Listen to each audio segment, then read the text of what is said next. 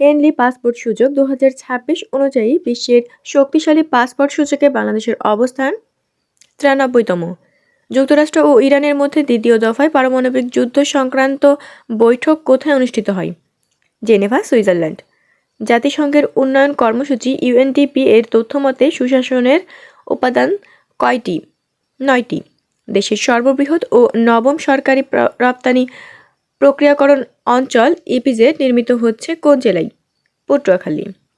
বর্তমানে D4 এর মহাসচিব কোন দেশের?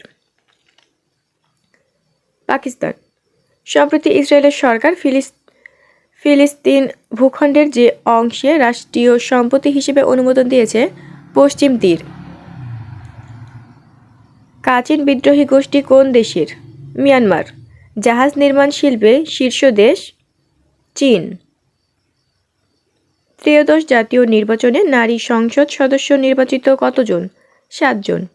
Making of a nation Bangladesh গ্রন্থের রচয়িতা? নুরুল ইসলাম।